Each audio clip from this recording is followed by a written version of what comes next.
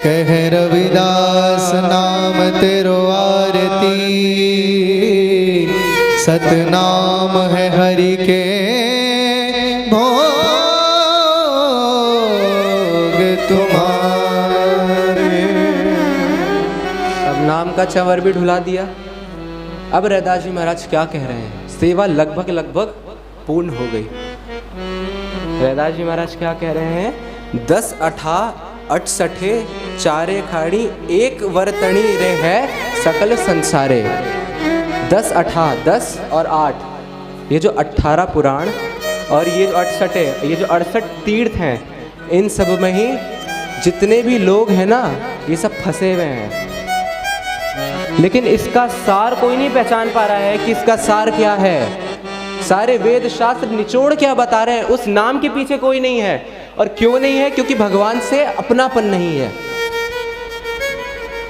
तो वो जो बात है ना कि श्वास ही नाम, नाम ही श्वासा, वो बात तभी आती है जब प्रभु से वो घनिष्ठता होती है ना। दृष्टि चेप बर फंदा, मन पिंजरा राख्यो ले पंछी बिहारी।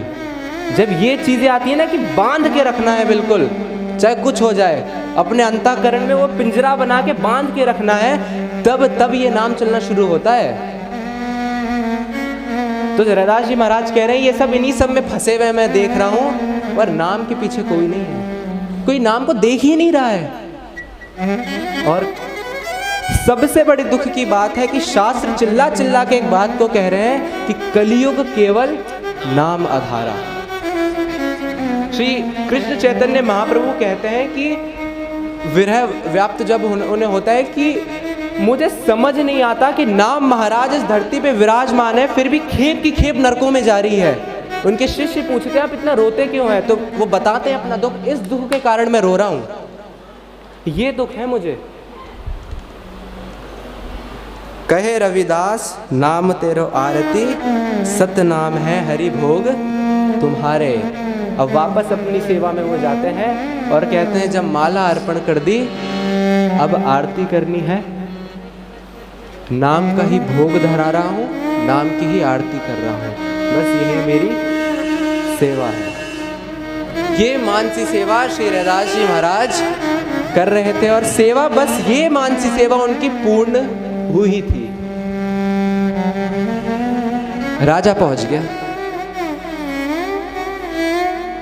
अब भावावेश में तो थे ही श्री रैदास जी महाराज। और जो ये वाली पंक्ति है ना, नाम तेरो अमबूला नाम तेरो चंदन, पहले स्नान करवाया, स्नान नाम का तो चरणामृत भी तो होगा। तो रैदास जी ने क्या किया, भाव में भर के वो जो खप्पड़ था उसमें से वो जल लेके राजा के हाथ में दे दिया। अब रैदास जी का तो भाव क्या था कि प्रभु का चरणामृत दे रहा हूं, लेकिन राजा को क्या लगा, ये तो मतलब चमड़ा धोते हैं भाई खप्पर में, उसी खप्पर में ये मेरे को दे रहे हैं। तो अब कुछ बोल ना सका राजा। राजा ने क्या किया, वो चरणामृत ले तो लिया, लेकिन इस तरीके से अपनी जो पोशाक उसने पहन रखी थी ऐसे पूरा अपने यहाँ पे गिरा दिया, ताकि पता ना चले कि ऐसे फेंक तो सकते हैं नहीं, ऐसा पूरा का पूरा गिरा दिया। अब प्रणाम करके चला गया। करके गया तो थोड़ी देर बाद देखा वो जहाँ वो जल गिराया था ना, वहाँ पे लाल दाग पड़ गया। ग्रंथकार कहते हैं लाल कलर का दाग पड़ गया। तो राजा के फिर भी ध्यान नहीं गया राजा को। राजा ने वो पोशाक उतारी और धोबी को धोने को दे दी कि जाओ इसको धो के लाओ, ये दाग लग गया। अब धोबी लेके गए। अब राजा की पोशाक तो खूब रगड़ रहे घाट पे, पर प्रेम रंग ऐसे थोड़ी छूट जाता है। अब वो प्रेम का रंग छूटे ही नहीं। मैं प्रेम की बात करता नहीं, गाने को पहले तैयार हो जाते हैं। तो प्रेम रंग यहाँ छूटा नहीं। तो क्या किया फिर उस धोबी ने कि अब जब हाथ से नहीं छूट रहा, तो धोबी ने क्या किया कि उस पोशाक की ये वाला भाग लिया और अपने दांत से छुड़ाने का प्रयास किया। तो वो दांत से छुड़ाने का जैसी प्रयास किया, वो जो अधरामृत था ना, वो चरणामृत, वो उसके मुख पे लग गया। वो जो दाग था तो चिन्मय ना। अब जैसे ही वो गया अंदर, वो सारे अष्ट सात्विक भाव, जैसे वो जब कथा सुनाई थी उन सेठ जी की जो टटिया स्थान में जब वो आए थे, बस इतना सा बोला गुरु ने कि जब ये अपने कलफ बंद सफ़ेद कपड़े पहन के आ जाते हो और रज लगती हो झाड़ना शुरू कर देते हो, जाओ और जाके लोटो वस्त्र उतार के। जैसे ही लोटना शुरू किया, अष्ट सात्विक भाव प्रकट, नित्य के लिए शुरू। हूबहू यही हालत, यही अवस्था उस धोबी की होने लगी। और प्रेम रस चखने के बाद ऐसा झूमा अब किसी के वश में ही नहीं आ रहा। परिवार वाले थक गए, राजा पुकारते पुकारते थक गया कि भाई वह पोशाक कब की भेजी हुई है, धोबी नहीं दे रहा पोशाक। तो लोगों ने उस अवस्था का वर्णन किया, और वो अवस्था बिल्कुल किससे मिलती है? जिसको वृंदावन का रस चढ़ जाता है। और श्री ललित किशोर देव जी क्या कहते हैं, क्या कहते हैं भाई?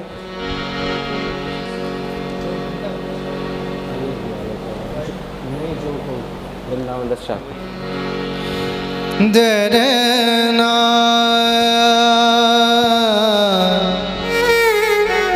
चाहे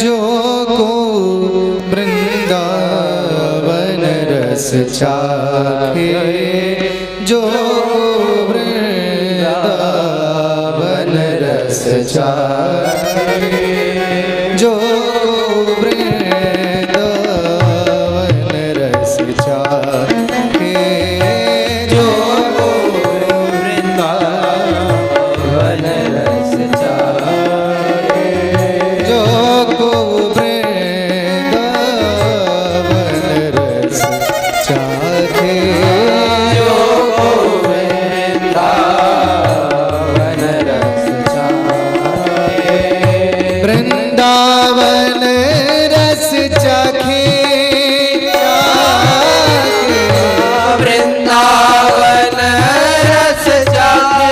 जो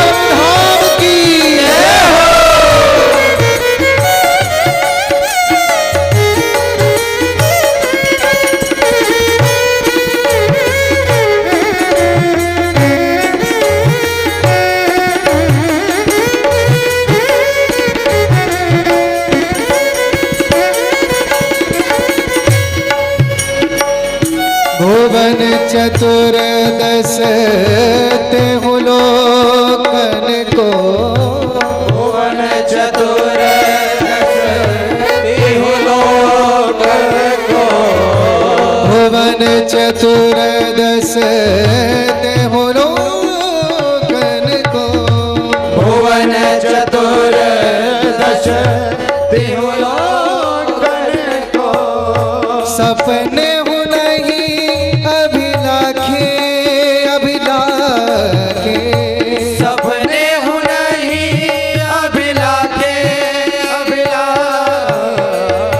सपने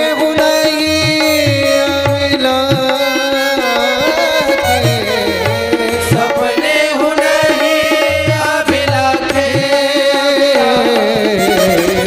जो को वृंदावन रस चाहे, जो को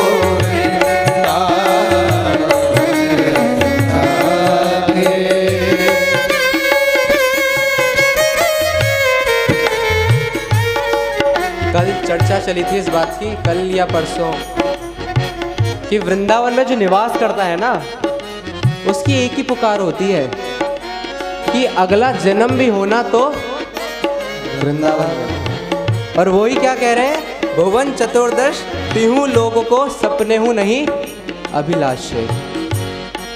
यहाँ पे एक कहावत है कि वृंदावन रज पायली तो पाएबो कह रहे हो, और अगर श्री राधा ध्यायली तो ध्याय वो गा रहे हो।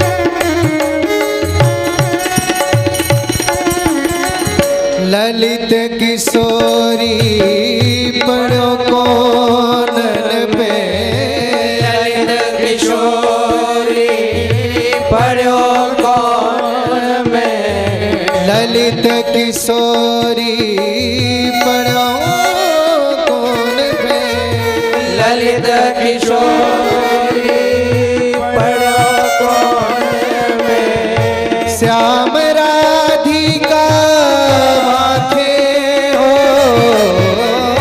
श्याम राधिका श्याम राधिका माथे माथे, श्याम राधिका माथे जो को वृंदावन रस चाखे, जो गोविंदा जो को वृंदावन रस चाखे, जो गोविंदा जो को वृंदावन रस चाखे, जो गोविंदा रस चाखे।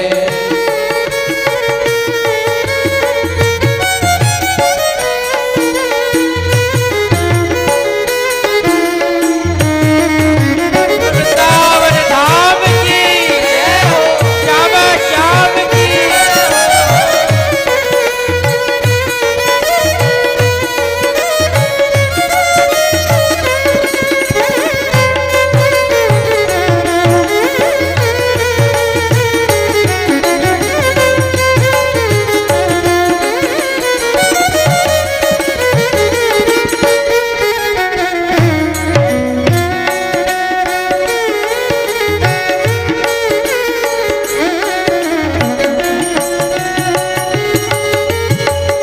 जुगल रूप बिनो पलक ना खोले, युगल रूप बिनु पलक न खोले, जुगल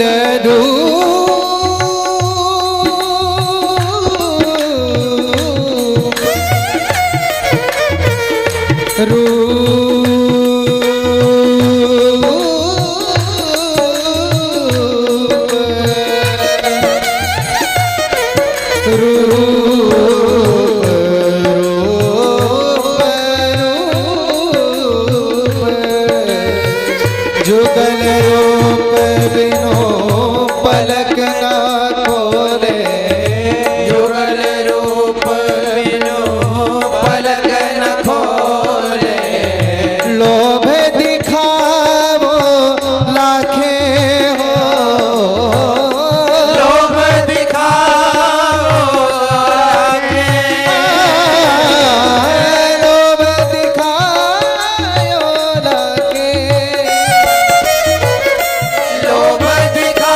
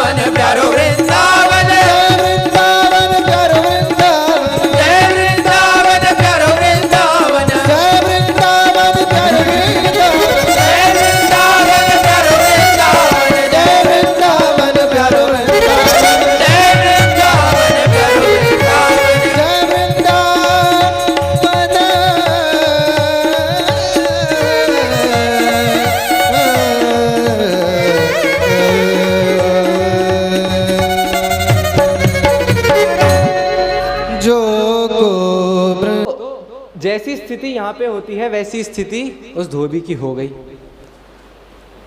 अब किसी को समझ नहीं आया कि भाई ऐसी विलक्षण स्थिति। राजा के पास गए तो राजा ने पूछा कि कैसी हुई है इसकी स्थिति। तो बताया कि इस तरीके से इसने वो जो दाग था ना उसको मुंह से छुटाने की कोशिश करी और उसके बाद ये स्थिति इसको प्राप्त हुई है। राजा समझ गया कि मेरे से बहुत बड़ी भूल हुई है। तुरंत गया वो रैदास जी के पास और हाथ पसारे। पहले ही जाते ही रैदास ने बोला, राजन अब तो ये चमड़े का पानी ही है, चरणामृत तो ये तभी था, अब पछतावे होत का जब चिड़िया चुग गई खेत। राजा निराश होके वहाँ से चला गया। ऐसे ही एक और कथा आती है श्री गुरु गोरखनाथ जी की। गुरु गोरखनाथ जी आए काशी में और उनका जो पात्र था ना, जो खप्पर था, उनको सिद्धि प्राप्त थी, कोई उनका खप्पर भर नहीं सकता था भिक्षा में। तो श्री रैदास जी महाराज के पास आए तो ग्रंथकार कहते हैं कि प्यास लगी थी उन्हें, इस वजह से वो रैदास जी के पास आए। तो रैदास जी ने क्या किया, वही खप्पर का जल उनको दे दिया। अब गोरखनाथ जी के मन में आया कि ये चमड़े का, अब वो बार बार वो पंक्ति आ जाती है, क्या करें भगवत रसिक रसिक की बातें, रसिक बिना को समझ सके ना। तो वो गोरखनाथ जी ने वो जो खप्पर था ना वैसा का वैसा ले लिया जो जल भरा हुआ था और सीधा गए कबीरदास जी के पास कि यहाँ तो जल मिला नहीं। तो उन्होंने पूछा कबीरदास जी ने कि भाई ये जल, बोले रैदास जी ने अपने खप्पर में से दिया है। तो कबीरदास जी के बगल में उनकी पुत्री खड़ी थी कमाली। तो उसने एक प्रश्न पूछ लिया, ये आपने पिया क्यों नहीं? बोले नहीं चमड़े का खप्पर था ना। बोले अच्छा। बोले मैं ले लूँ उसको? बोले हाँ ले लो। तो वो जल उन कमाली को दे दिया। कमाली ने वो जल पिया और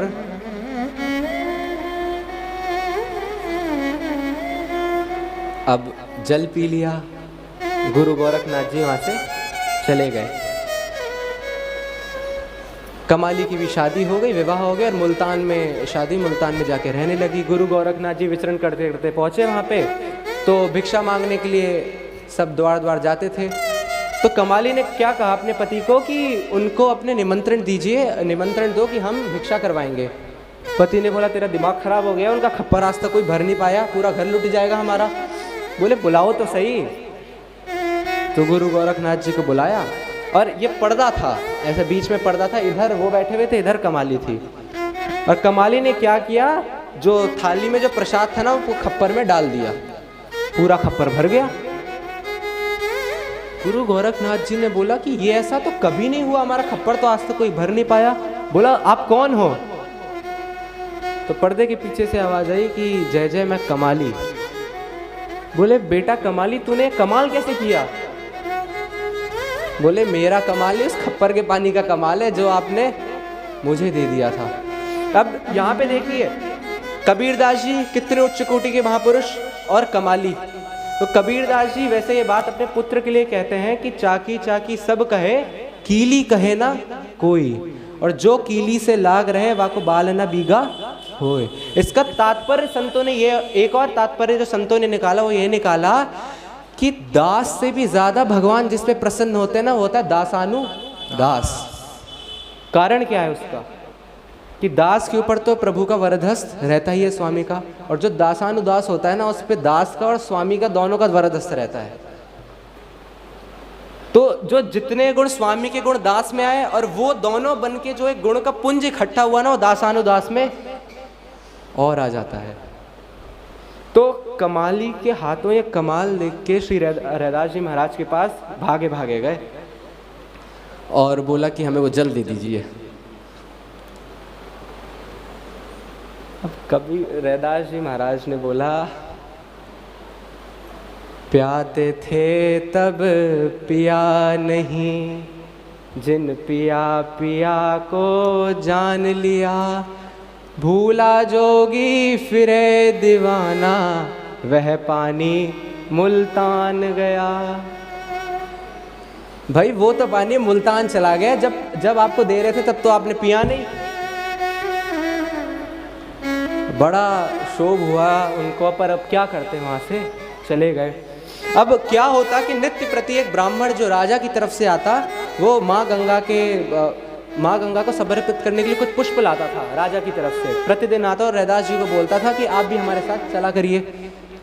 अब रैदास जी दीनहीन बन के कहते थे कि भाई हम क्या चले, हम तो जात के ठहरे चमार, गंगा जी इतनी पवित्र, हम जाएंगे तो कहीं कुछ गलत ना हो जाए, हम यहीं से ठीक है, गंगा जी को यहीं से प्रणाम है। अब बार बार कहते थे। एक दिन कोई विशेष पर्व आया तो बहुत जोर दिया कि आज तो चलिए। तो बोले हम चलेंगे तो नहीं, हम कुछ दे देते हैं, ये गंगा जी को अर्पण कर देना और जो कुछ आए ना वो वापस ले आना। तो 2 केले श्री रैदास जी महाराज ने दिए और बोला ये पुष्प के साथ आप अर्पण कर देना और जो कुछ वापस आए वो हमें प्रसाद दे दीजिए ना। बोला ठीक है, ये तो मैं कर दूंगा। अब वो 2 केले लेके गया, पहले पुष्प दिया, लहरों में वो पुष्प चले गए। अब जैसे ही वो केले देने लगे तो गंगा जी के अंदर से एक हाथ आया और उन केलों को लिया और अंदर चला गया। कुछ देर बाद क्या हुआ, कुछ क्षण भर बाद एक और हाथ आया और एक कंगन श्री रैदास जी महाराज के लिए दिया। मानो ये संकेत हो कि रैदास जी महाराज के लिए प्रसाद है केले के बदले। तो वो कंगन लेके निकले ब्राह्मण देवता। अब मन में रास्ते में आ गया थोड़ा लोभ। अब लोभ आ गया, मन में आया कि भाई भले ही प्रसाद उन्होंने दिया था चढ़ाने को, लेके तो मैं आया हूँ, मेहनत पसीना तो मेरा बहा है, तो पारितोषिक मेरे को मिलना चाहिए। और इतना अच्छा कंगन, यहाँ का तो था नहीं वो कंगन। अब उन्होंने सोचा सीधा घर चलता हूँ, रैदास जी को तो क्या ही पता चलेगा। पर भक्त की चीजों का ध्यान भगवान रखते हैं। अब जिस रास्ते से जाते उसी रास्ते में रैदास जी का घर पड़ जाता, कभी यहाँ से कभी वहाँ से, हर जगह रैदास जी। तो थक हार कर रैदास जी के पास आए और रैदास जी को वो कंगन सौंप दिया। तो रैदास जी ने मन की बात पढ़ी और बोला आपको ये कंगन पसंद है? बोले बहुत ज़्यादा पसंद है। बोले ठीक है फिर ये ले जाइए आप। तो ब्राह्मण वो कंगन लेके गए और लेके सोचा अब हम इस कंगन का क्या करेंगे। तो फिर उस कंगन को एक सुनार को दे दिया, इसके बदले में जो कुछ धन था वो धन ले लिया वापस। अब क्या हुआ, सुनार की जो पत्नी थी ना, उसका उठना बैठना था राजा की पत्नी के साथ, संबंध था, एक घनिष्ठ संबंध था मित्रता का। तो कंगन पहन के राजमहल गई और रानी ने वो कंगन देखा हाथ में, रानी को बड़ा पसंद आया और पारितोषिक के रूप में उन्होंने वो कंगन उनको दे दिया। रानी राजा के पीछे लग गई कि मुझे दूसरा कंगन भी चाहिए। अब राजा ने बोले तो बड़ी आफत आ गई, एक तो राज्य को संभालो ऊपर से इसको और संभालो। तो राजा ने सुनार को बुलाया कि भाई कंगन जहाँ चला है दूसरा कंगन भी दे दो हमको। तो सुनार ने बोला कि महाराज ये मनुष्यों की रचना है ही नहीं, ये ईश्वरीय रचना है, ये हमारे द्वारा बनाया हुआ नहीं है। बोले तुम्हारे पास कहाँ से आया? तो संदर्भ बताया कि कैसे उस एक ब्राह्मण ने दिया जो राजपुरोहित है आपके यहाँ, उससे पूछा तो उसने बोला रैदास जी। अब राजा गया श्री रैदास जी महाराज के पास और बोला कि महाराज एक दूसरा कंगन दे दीजिए हमारी पत्नी ने। रैदास जी ने बोला कि हम कहाँ से कंगन लाए, हमारे घर की हालत तो देखो, 2 वक्त की रोटी नहीं है खाने को, आप ये स्वर्ण का कंगन हमें दिखा रहे हैं।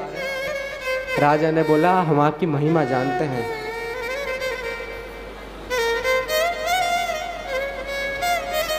तो रैदास जी ने बोला ठीक है, और रैदास जी ने वही कठौती ली और प्रार्थना करी कि जो कंगन चाहिए वो कंगन और आ जाए। तो उस कठौती में से एक हाथ निकला और दूसरा कंगन दिया।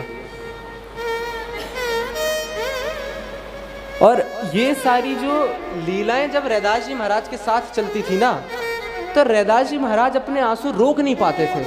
क्या करे, भक्त विवश हो जाता है भाई। जहां जहां थोड़ा सा डगमग होता है भगवान हाथ पकड़ लेते हैं, और कैसे ना विश्वास करे वो।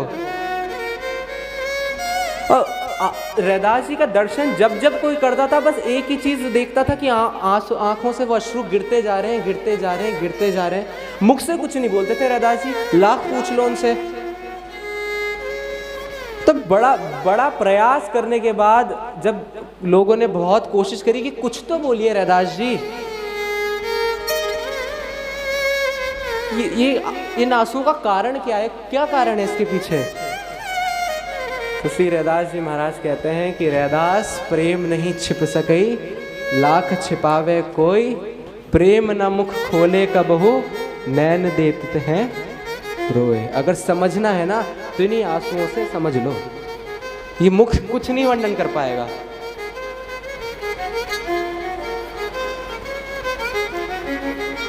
मीराबाई और इत्यादि संत सब उसी काल के सब। और मीराबाई गुरु की खोज में निकली थी कि एक कोई गुरु मिले। सबको देखा, गुरु किसको बनाऊं, मैं किसको संबल बनाऊं अपना। इतना दुख मेरे जीवन में आ रखा है कि चारों तरफ जहां देखो काटे ही काटे, मेरे को संभालने वाला कोई नहीं है। ठीक है भगवान है, लेकिन आप एक देखिए, शिष्य के जीवन में सबसे ज्यादा महत्व उसके गुरु का होता है। इसलिए भोरी सखी ने लिखा है, गुरु पद पंकज बिन कहूं मोहि न सूजत थाम। मुझे विश्राम कहीं नहीं है। गुरु के पद के बिना, गुरु के पांव के बिना, गुरु के चरणों के बिना मैं कहाँ जाऊंगी। तब श्री मीराबाई को रैदास जी मिले और रैदास जी को गुरु रूप में उन्होंने स्वीकार किया। ऐसे तो कई घटना श्री रैदास जी महाराज की हैं, लेकिन हम उतनी ही घटनाओं का वर्णन करेंगे जो श्री नाभादास जी ने श्री भक्तमाल में लिखी है, क्योंकि संत के मुख से जो निकल गया ना वो वेदवाणी है। बाकी ऐसा कहते हैं संत की कई लोकोक्तियाँ भी होती है, कहीं सुनी बात भी होती है, लेकिन जो बात संत के मुख से एक बार निकल जाए।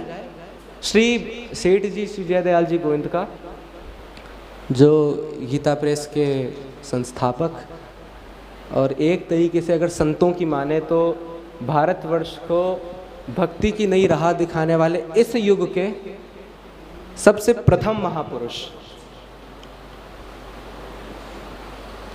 तो कुछ बात उन्होंने सत्संग में कही। अब सत्संग से उठे तो सबकी अपनी अपनी मतलब क्षमता है, पकड़ने की बुद्धि है। तो एक सत्संगी ने कहा कि महाराज ये सब तो कुछ वेदों में लिखा नहीं है, शास्त्रों में तो लिखा नहीं है। तो श्री सेठ जी कहते हैं, अगर शास्त्रों में नहीं लिखा है ना तो लिख दो, ये शास्त्र बन जाएगा। लिख दो इस बात, कोई शास्त्र बन जाएगा मेरे मुख से अगर कोई वाणी निकली है। तो जितना श्री नाभादास जी ने वर्णन किया उतना ही हम वर्णन करेंगे। और यहाँ पे जो प्रसंग आधा छूटा हुआ है कि वो जो राजा आया और कंगन उसको मिला, राजपुरोहित को पता चला, राजपुरोहित फिर आया और उन्होंने पूछा ये चमत्कार आप कैसे करते हो। अब कैसे समझाएं रैदास जी, चमत्कार के पीछे कौन है। अगर मेरा बल होता तो मैं कुछ बताता भी, ये बल को। तो अब बात को टालने के लिए रैदास जी ने कह दिया कि भाई इसमें मेरा कुछ नहीं है। क्या है कि मेरी जो पत्नी है ना, कल आपने सुना था कि मेरी जो पत्नी है ना बड़ी पतिव्रता है, तो वो उसी बस वो पातिव्रत धर्म का वो है। तो बोले मैं कैसे मानूं। बोले अच्छा अंदर जाओ और अंदर जाके मेरी पत्नी को बोलना कि भाई जो 5 सेर घी आया था संत सेवा के लिए उसको जमीन पे गिरा दो। तो बोले ठीक है। अब जैसे ही गए और बोला कि रैदास जी महाराज बोल रहे हैं कि 5 सेर जो घी आया था उसको जमीन पे गिरा दो। तो पत्नी ने लिया पूरा बर्तन और 5 सेर पूरा घी गिरा दिया।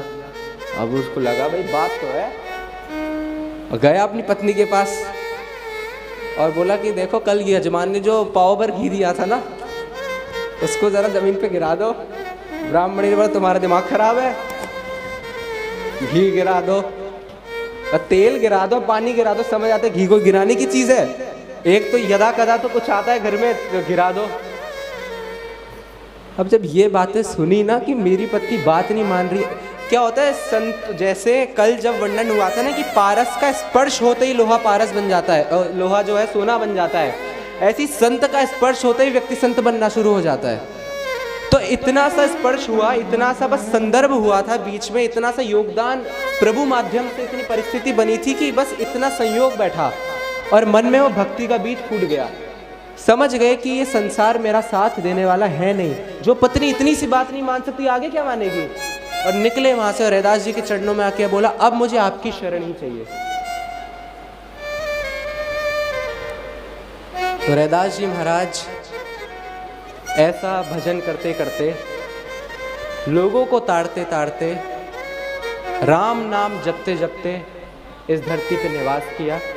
अच्छा अब एक और बात जो समझाने की यहाँ पर ये है कि नाम सारे बराबर हैं।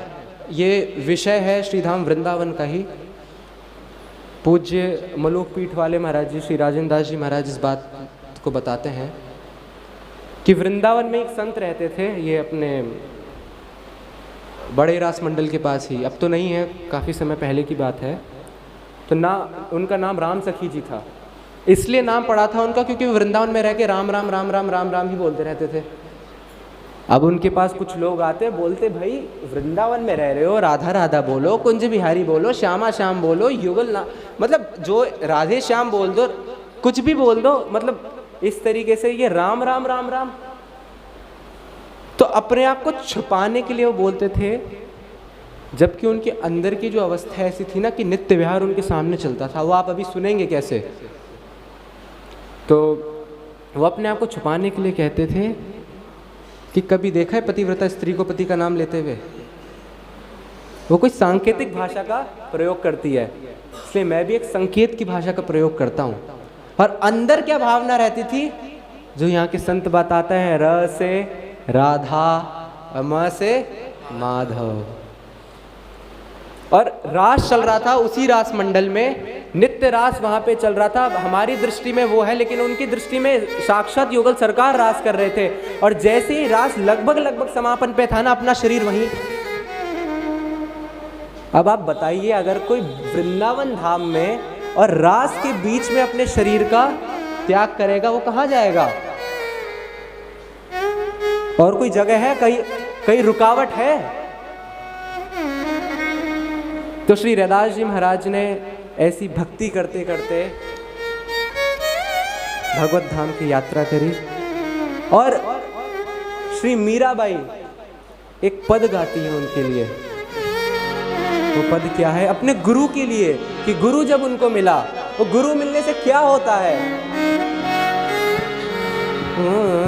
पायो जी मैंने राम रतन धन पायो, पायो जी मैंने राम रतन धन पायो, पायो जी मैंने राम रतन धन पायो, पायो जी मैंने राम रतन धन पायो। वस्तु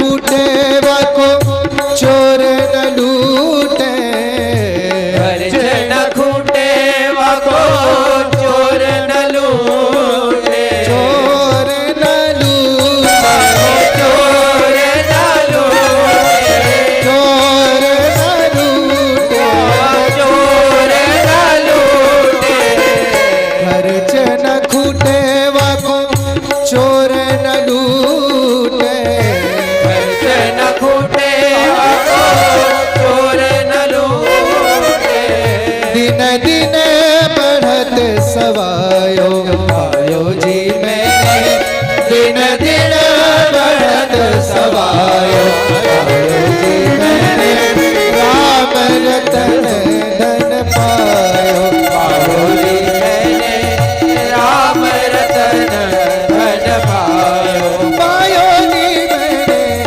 राम रतन धन पायो, पायो जी मैंने, राम रतन धन पायो।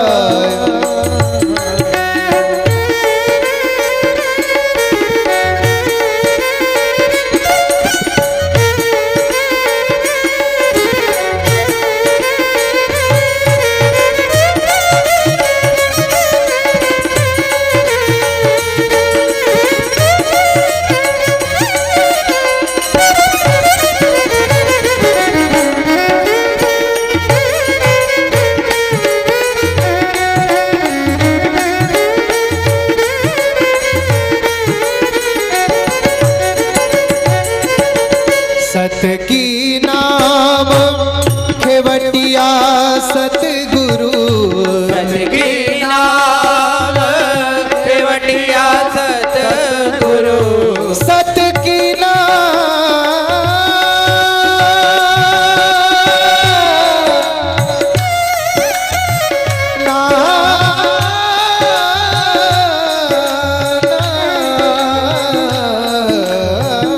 सत की नाम खेवटिया सतगुरु, सतगी नाम केवटिया सतगुरु, सत की नाम खेवटिया सतगुरु, सतगी नाम केवटिया सतगुरु, सत की नाम खेवटिया सतगुरु, सतगी नाम केवटिया सतगुरु, भव सागर तर आयो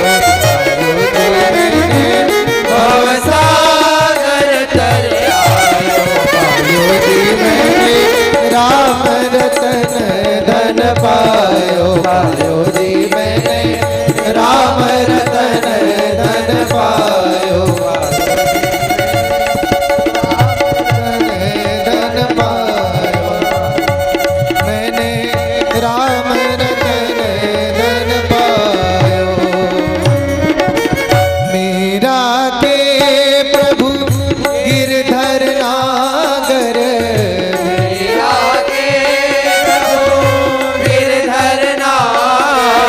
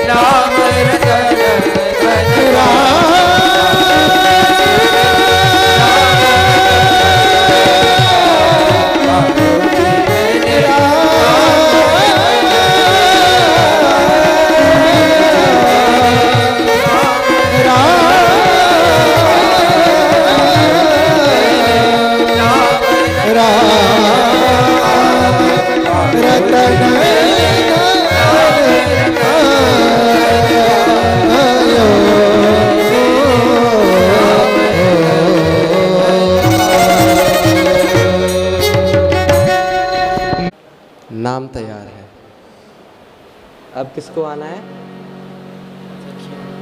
अब उनको आना है कि सत की नाव केवटिया पार लगाने के लिए।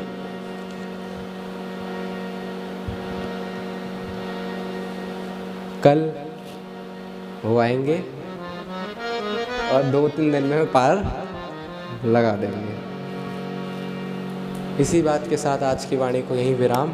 मन में बस यही अभिलाषा रखते हुए कि जो सद्गुरु हैं, जो कल आने वाले हैं, जिस तरीके से श्री रैदास जी महाराज ने बोला है कि जब संत आते हैं और झाली रानी ने स्वागत किया रैदास जी का जिस भावना से, बस उसी भावना से जो कल आने वाले हैं उनका स्वागत करें। स्वागत में तैयारी होती है तो थोड़ा समय चाहिए होता है, तो इसलिए उनको कल ही आने दें।